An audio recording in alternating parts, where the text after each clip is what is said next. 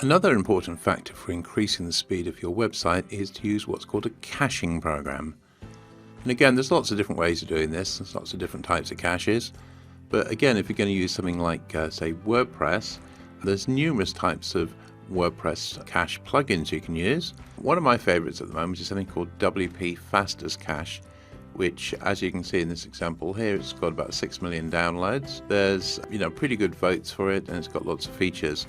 And the other thing about this particular caching program is it doesn't just do caching, it does all sorts of other things like minifying your code and, generally doing a load of other things that basically speed up your website loading. So this is the website for that particular cache. As I say, it's a WordPress cache. It's called WP Fastest Cache. And if you come down here, as I say, it's got an awful lot of downloads, a lot of happy people. And if you look at the features here, you can basically compare this one with other popular caches. So things like W3 Total Cache, Super Cache, these are very popular WordPress caches. So I'm not saying this is the best one, it's just one that I like.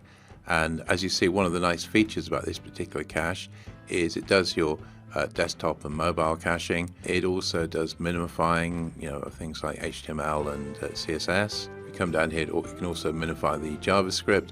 And it can do a whole bunch of other things like gzip.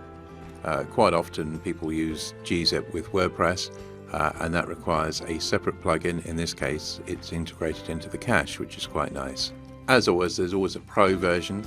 So this is the free version. If you get the pro version, that just does sort of more good stuff, basically. It makes it even faster. So if you are going to have a cache, you might want to possibly investigate the possibility of getting the premium version. They don't cost very much, WordPress plugins, and anything you can do to get your website loading slightly faster is a good thing. Because remember, loading speed is an important SEO factor.